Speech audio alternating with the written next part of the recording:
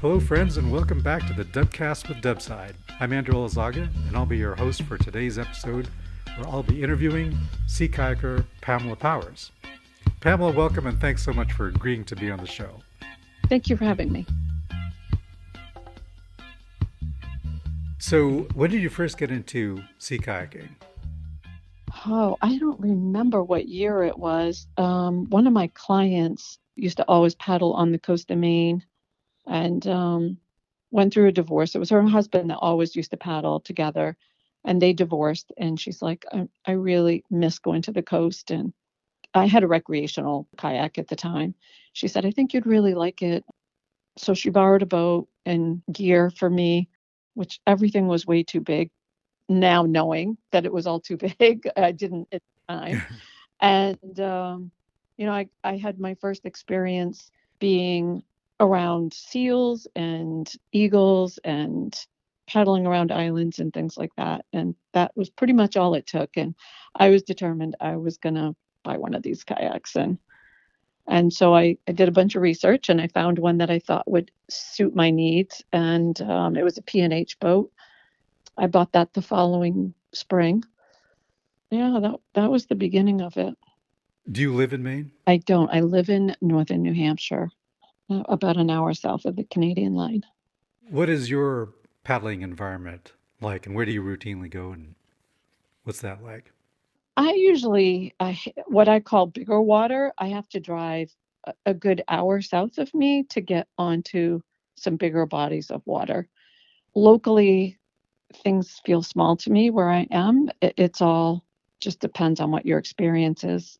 Some people think what we have up here is big, but I either have to drive north to get to bigger water or south of me to get to bigger water. And I tend to go south because the lakes down there are massive compared to up north with a lot of islands, and they call it the Lakes region in New Hampshire. I usually head down to one of our big lakes.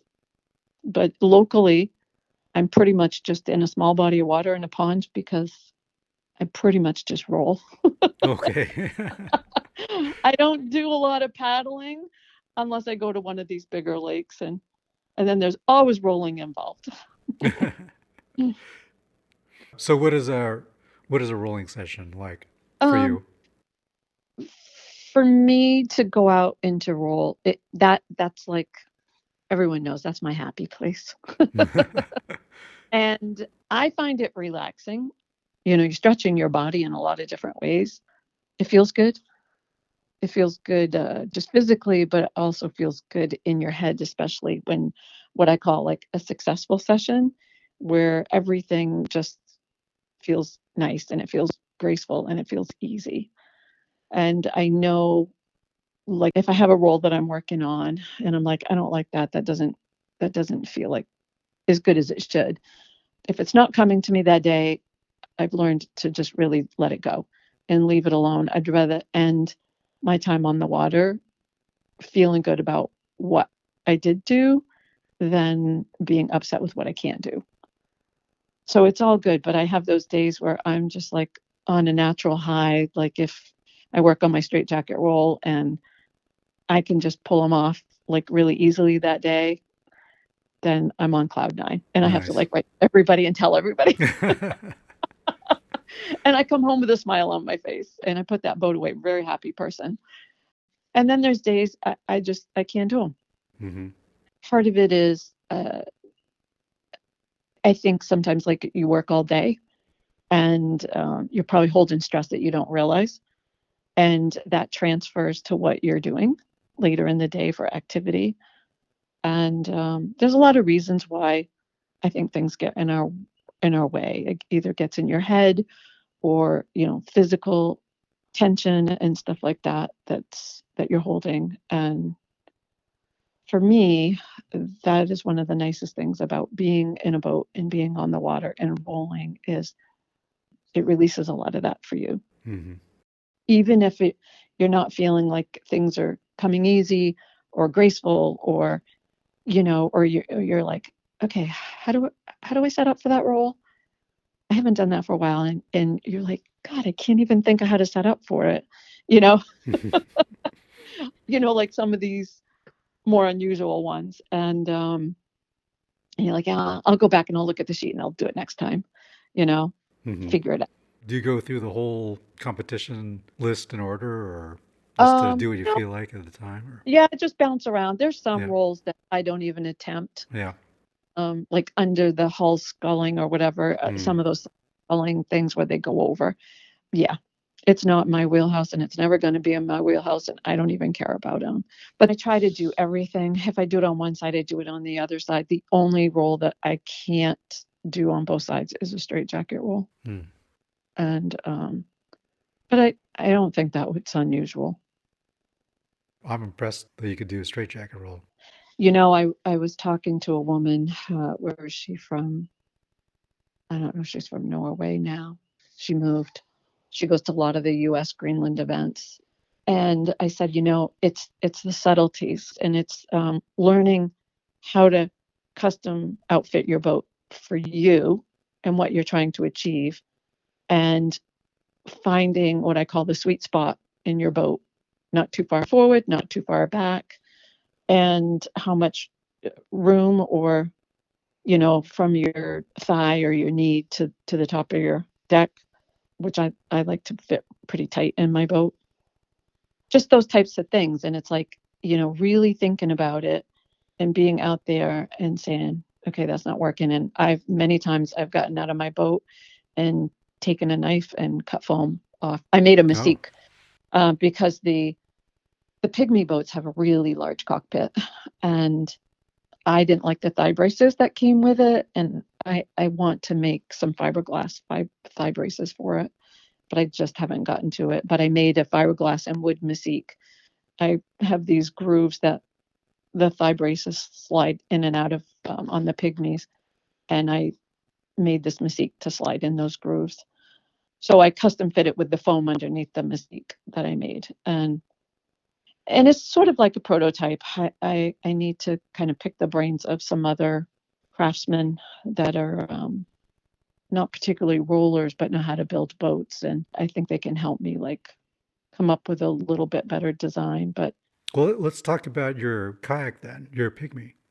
How did you end up building this kayak? well, I had the Pilgrim Expedition, the full sized one, and I thought at the time that fit me pretty good. I'm not very tall. I'm 5'1", and I thought that fit me pretty good. But then when I started really rolling, started getting into some more difficult rolls, I moved around in the boat way too much. So a friend of mine suggested that maybe the Pygmy Freya would be a small enough boat for me, and that John Lockwood's daughter Freya did really well in competition in Greenland in that boat, and her and John designed that together. Mm-hmm. And so I reached out to Freya and asked her if I could talk to her on the phone, and I wanted to ask her some questions and go over some measurements. I didn't know anybody at the time that had any pygmy boats here on the East Coast, but I now realize there are a handful, but I didn't know anyone that had a Freya. So I didn't have anybody to go say, hey, could I sit in your boat? I was concerned about it fitting. It's pretty small boat. What are the dimensions of the Freya? Oh, it's 19, I can't remember. It's a little over 19 and a half inches wide. Oh, wow. Or it's a little under 19 and a half. I can't remember exactly. And I can't remember the highest point on the deck, but it's low. Mm-hmm. So Freya was kind enough to talk to me on the phone, and I just sat on the floor and I did measurements like thigh height, and she's a little bit taller than I am, but not a lot taller. So I just took a chance that it was going to fit me, and it did. And I still have to add in foam and stuff to it so I don't slip around in it too much. I do still slip a little bit. So you took your measurements, but you had never had a chance to sit in the kayak before you bought the kit. Not in any pygmy. So when we put the deck on the hull, the next morning when it had set up, I crawled upon the workbench and I'm like, it fits. That was a happy, happy day. So So what was the building process like? I did not want to build a kayak. I would have preferred to have had someone else build that boat for me, but you're going to have to wait for it, till somebody could fit it in. And I probably would have ended up taking it to a builder in Maine. And I'm like, well, that's kind of far away. Then I have to keep running back and forth over there. And it was very expensive to have someone else build your boat. My first kayak was a Pygmy. Oh, yeah. Which one? The Pygmy Osprey Standard. I bought it used. I would always get compliments from people. There's, oh, wow, gorgeous boat. Did you build it? And I'd have to say, no, I didn't build it. I got it used. But that inspired me to build my own kayak. And I thought, well, probably the easiest and fastest way for me to build my own kayak would be to build a skin on frame kayak. And that way I could build it to my own dimensions and make it easier to roll because the Osprey Standard wasn't a great rolling boat at all. So that's how I got into building kayaks. I would love to build a skin on frame. If you ever have an opportunity, you should definitely do it. So Yeah. they come together so quickly, and it's a real joy to paddle it afterwards too. Which model did you build? Well, I read Robert Morris's book, Building Skin on Frame Boats, and I also read Chris Cunningham's book, Building the Greenland Kayak, Mm. and used what I thought was the best of both methods and came up with my boat. It helps a lot to look at what other people have done. That would be amazing to have a boat like made to fit me. Well, I think you made a good choice with the Pygmy. I'm so happy with my choice. It's like that boat is so fun to paddle. Of course, it doesn't have, a skeg or anything like that in it. And I don't feel like I need one. That boat just edges so beautifully. And that's the thing about not having a skeg. You learn how to use your body to control your boat. I find it's fun in more dynamic water, and I can get my gear in it. All my camping gear. Oh, nice. Yeah. And it's not that big. It's just slightly over 16 feet. So you have to be, have some smaller things and not take too much with you. Yeah. But like I said, a paddle's beautiful. It's a beautiful rolling boat. Yeah, I love everything about it. And it gets a lot of compliments. You can't go anywhere without somebody saying, oh my God, your boat is beautiful. It's like having a really cute baby or a cute dog or something. People just compliment. Yeah. Get to great conversations with just people admiring your It, boat. yeah, and you meet some of the most interesting people, just in unexpected places. So you got a chance to visit Pygmy then? They were closed. John had Oh, too bad. the business. He closed that. Yeah. I think he was pretty much done right before everything started to shut down with COVID, and Yeah. then that was sort of like it was done at Oh, that okay. point. Yeah. Too bad that no one else picked it up.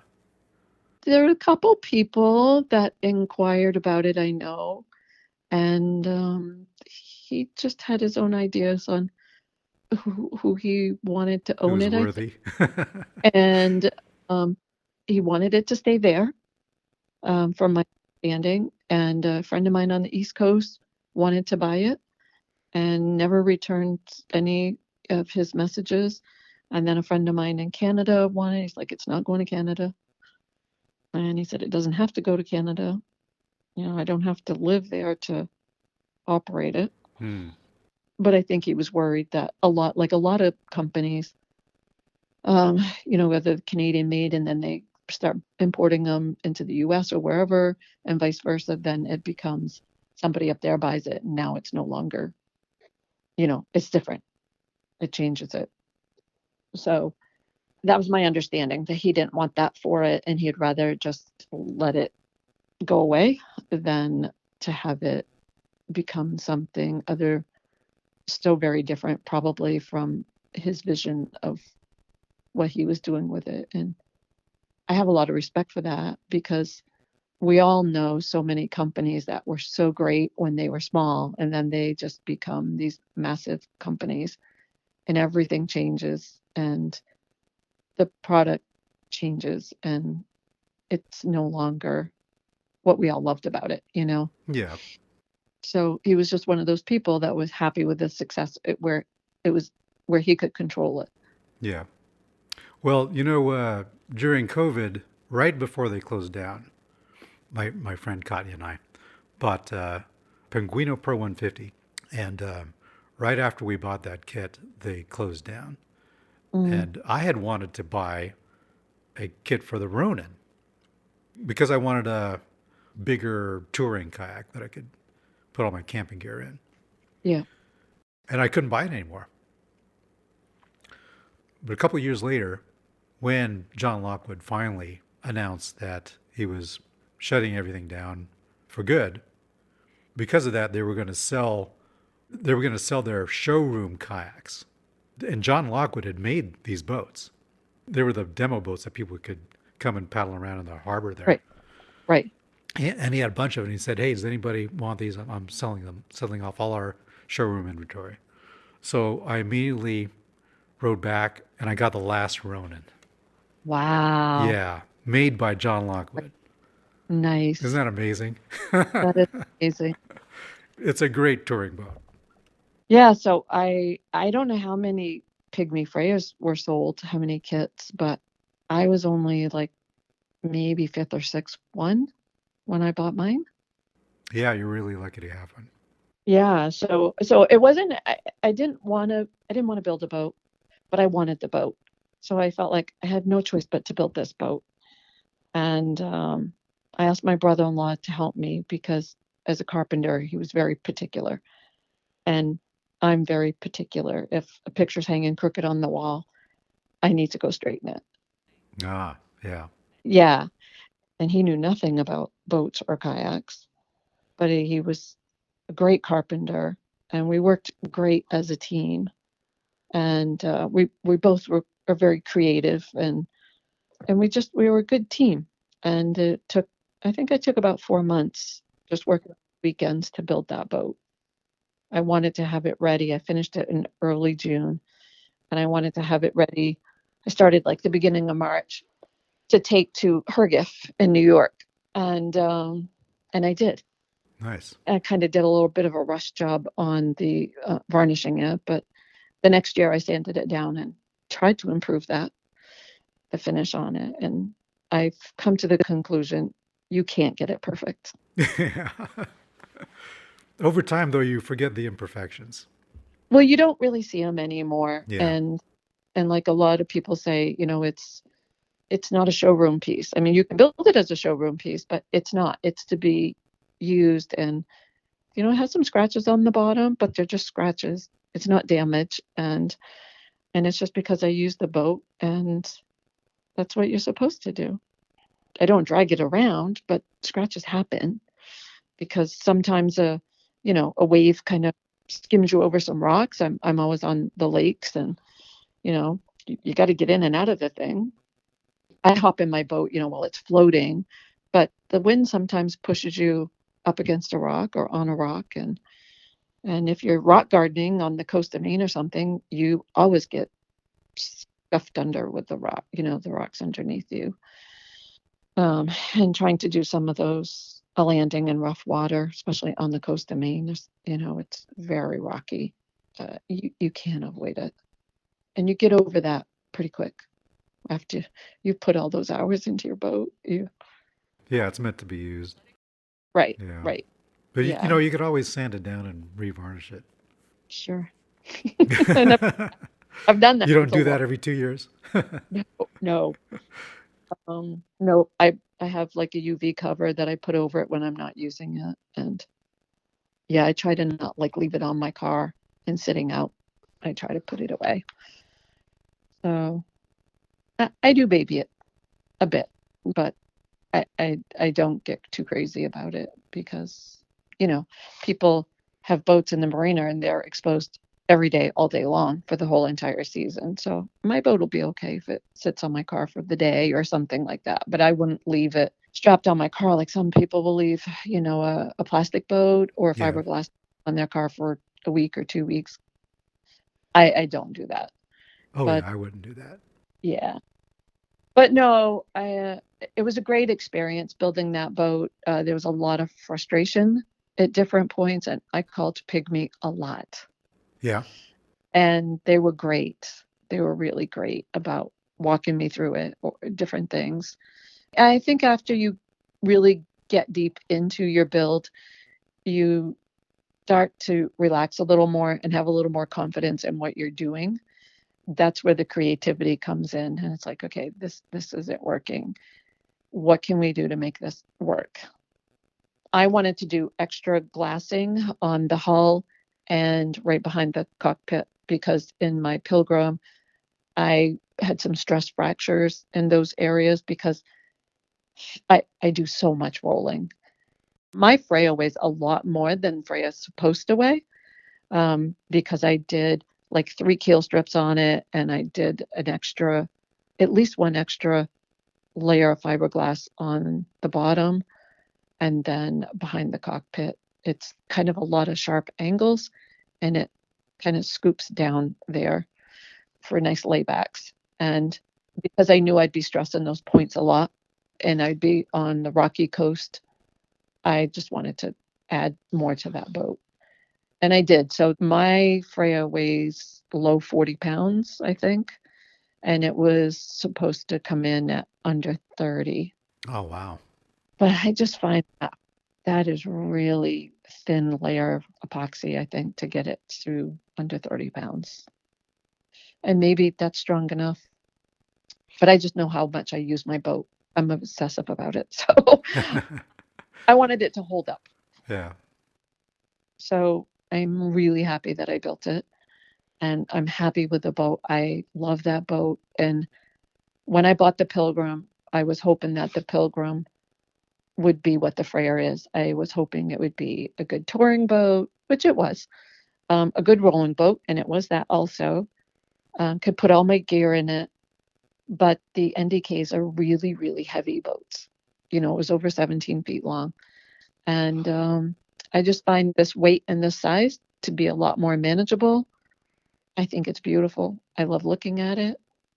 It does a little bit of everything really well, in my opinion. What's interesting about the Freya design is it's not like these super low volume traditional kayaks. Right. When I last met John Lockwood, somehow we got into the subject of rolling, and his idea was it's the shape of the deck that makes the rolling easy, that makes it easier. Like the foredeck or the aft deck? Probably both, but Yeah. the aft deck has to be low and flat for you to lay back. Right. But so the traditional Greenland style boats tend to have a flat deck. He believed that that made it more difficult because the kayak would just want to lie, Oh, would want it to gets, stay you upside get down. stuck. Yeah. Yeah. hmm Yeah. You can tell he put a lot of thought into it.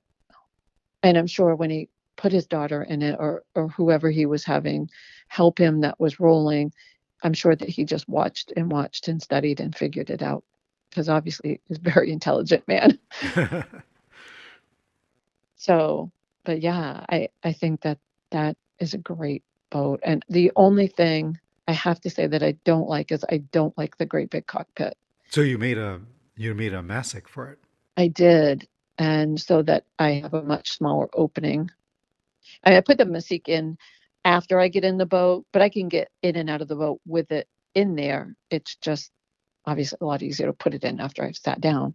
Is it like a beam that goes across your thighs, or? hmm Yeah, I slightly rounded the top of it because everything is fiberglass except for I have wood that were leftover pieces from my build. I mean, they sent me, there was some extra wood that you kind of put in to hold things in place, I think, when you were building the deck, maybe. And then they sent a skeg if you wanted to put a skeg in it. And I didn't. I'm Hmm. like, this boat does not need a skeg. And so I used some of those pieces to make these little wings on the side of my Mystique to go in the slots where it's intended for the thigh braces, so you can slide them back and forth to adjust them depending on your leg length. Okay. How did you first get into Greenland style? So my first boat was a P&H, and the outfitter that I bought it from said, if you've never really been in a sea kayak, you might want to take a lesson, and we have some lessons here. It was in southern New Hampshire, and it was like a day, most of the day. I was the only one with a sea kayak. The other people in the workshop had a recreational boats, Okay. and everybody had fallen out of their boat at some point during the day except for me. And then the last exercise we were going to do was a wet exit, and they was going to show us how to help each other get back into the boats. I had a P&H Scorpio, and it had the very aggressive, like whitewater style thigh braces in it.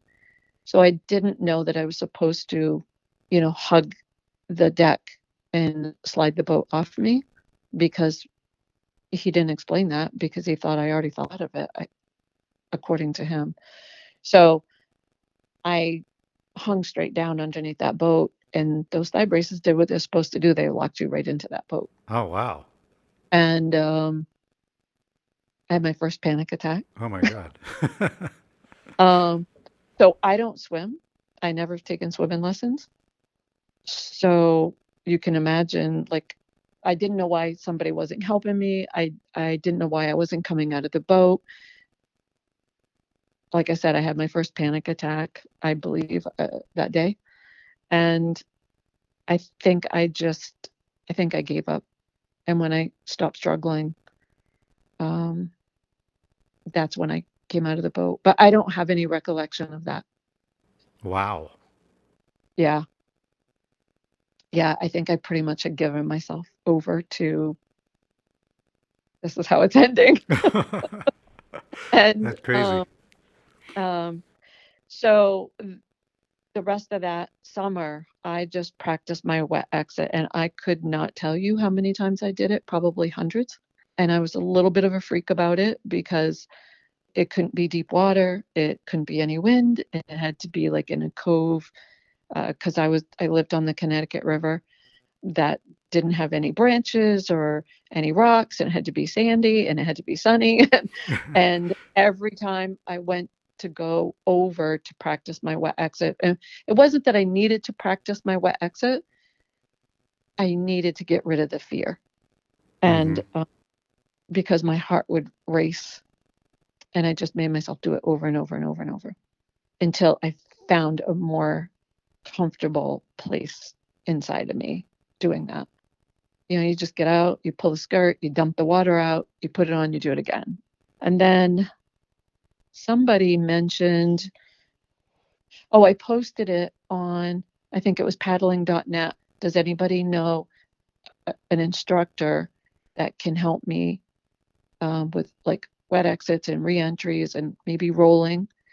And I know that I'll have to travel, because I don't live near the ocean or a big body of water, that I would have to travel anywhere from an hour and a half to 3 hours. And someone told me, there's these people in Brownfield, I think it's Brownfield, Maine, that Sherry and Turner live in, and they give lessons, and they're near you, and they're really good. So I found their website, and I emailed Sherry, and she said, we're doing lessons in a town nearby, an hour away. Come watch us and see what you think. And I took a friend of mine that had a place in Maine, and she fixed her roll, and I learned a roll, and that was very empowering, and that's all I needed, and I was hooked. Wow. And Wait, so you went to Maine and met Sherry and Turner? I went to North Conway, New Hampshire. Oh, okay. That's where they were teaching, which wasn't that far from them, and it was like halfway for them and to me. So it was perfect. We each probably drove an hour to this one place where they were teaching in a pool, an indoor pool. I think it was like February or March that they had 6 lessons, and I think they were partway into them, if I recall. And my friend Jen and I went over and observed, and we decided to sign up for the rest of the lessons, finish them with them. And So this woman that I was with fixed her roll. I had actually started a local paddling group for women. This woman had joined it, and I saw her do a roll one day, and I said, "Can you teach me that?" She goes, "Yeah, I can't always do it, and sometimes it hurts my shoulder, and someone told me I should get lessons before I hurt myself." So that's why I took her over there to observe and watch, and she's like, "I'm in." So we went and took the lessons together. And I think she only went once or twice, and she's like, "So I'm happy. I got my roll. I fixed it. I'm good."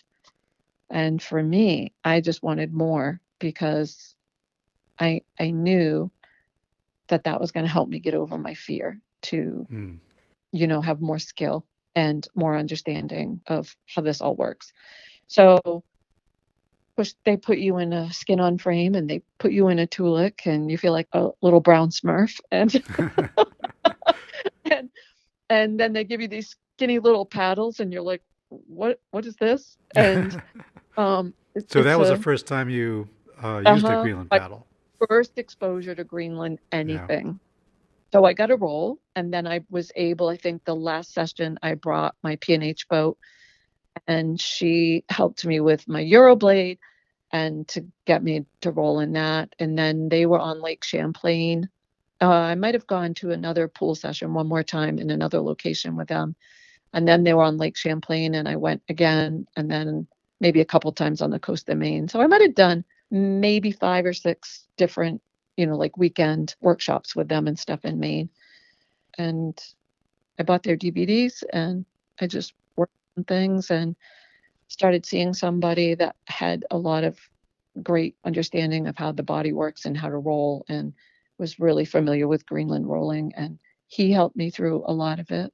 And then the rest of it I just pretty much done on my own.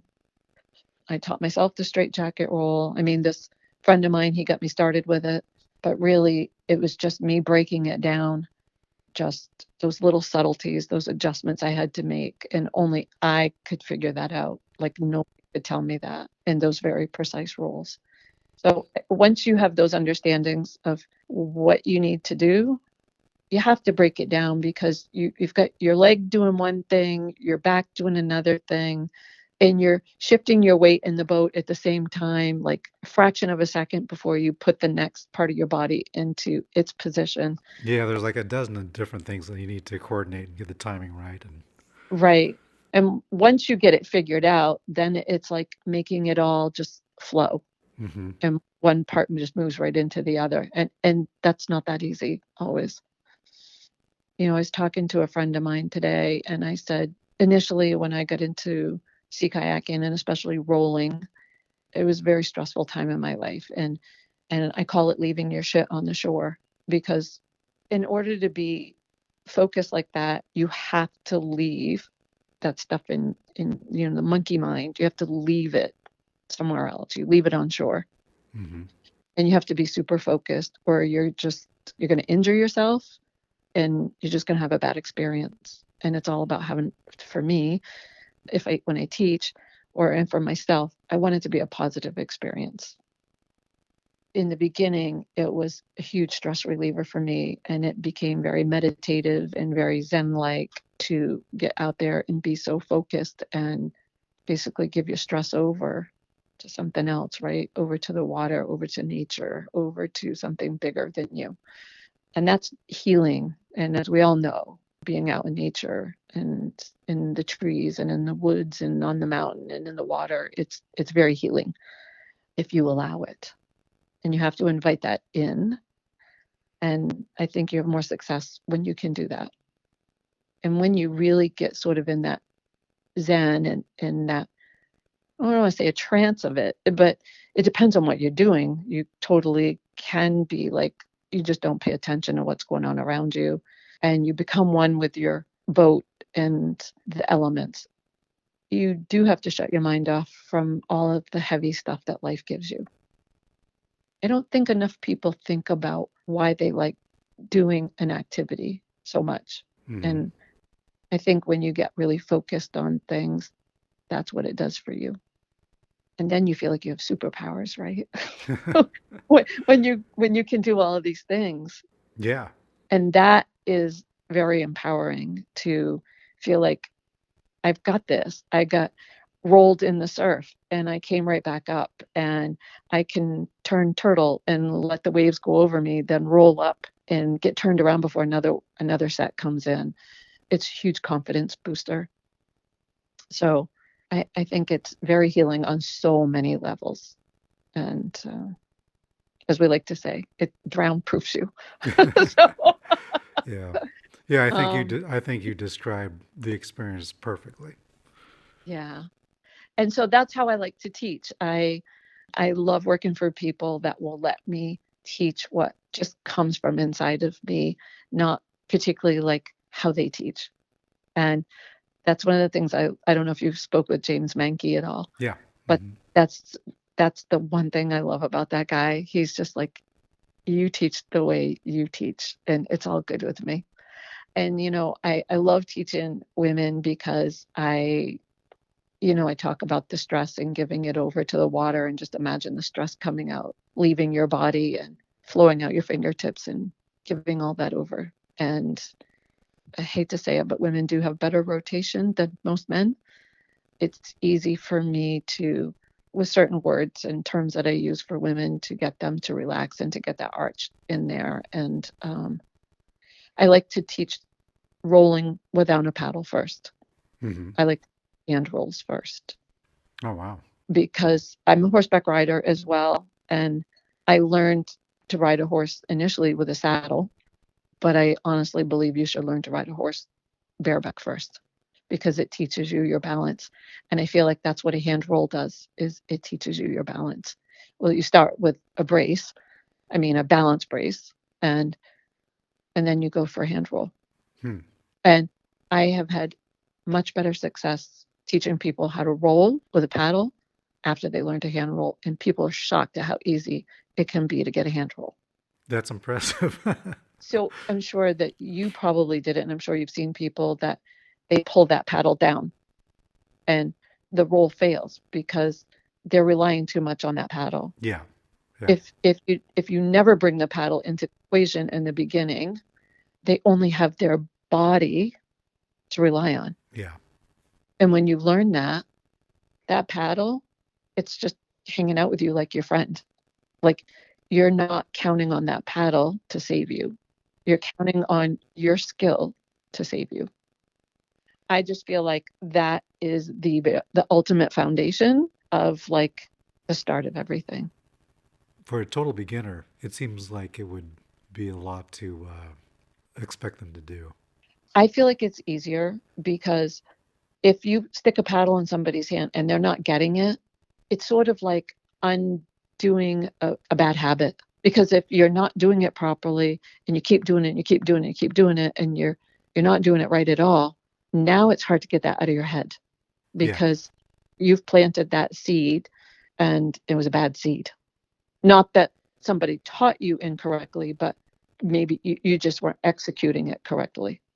And you get sloppy, and then it just goes south from there. Yeah.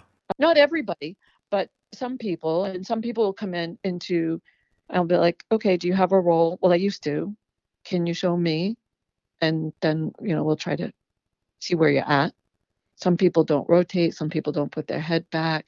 Some people are just relying on that paddle to be this little magic wand, and they're thinking about the paddle and they're not thinking all about what the rest of their body is doing. So it allows you to focus on what your body needs to do first, and then the paddle is an extension. Yeah. Yeah. Makes sense.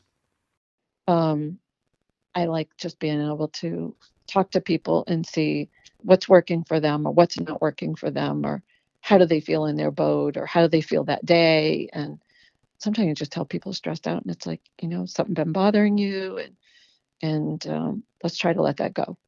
I like to build that rapport with my people, and sometimes you stand there and you can talk for quite a while before you even start, and it helps people relax. You really need to let some of that tension go to be successful.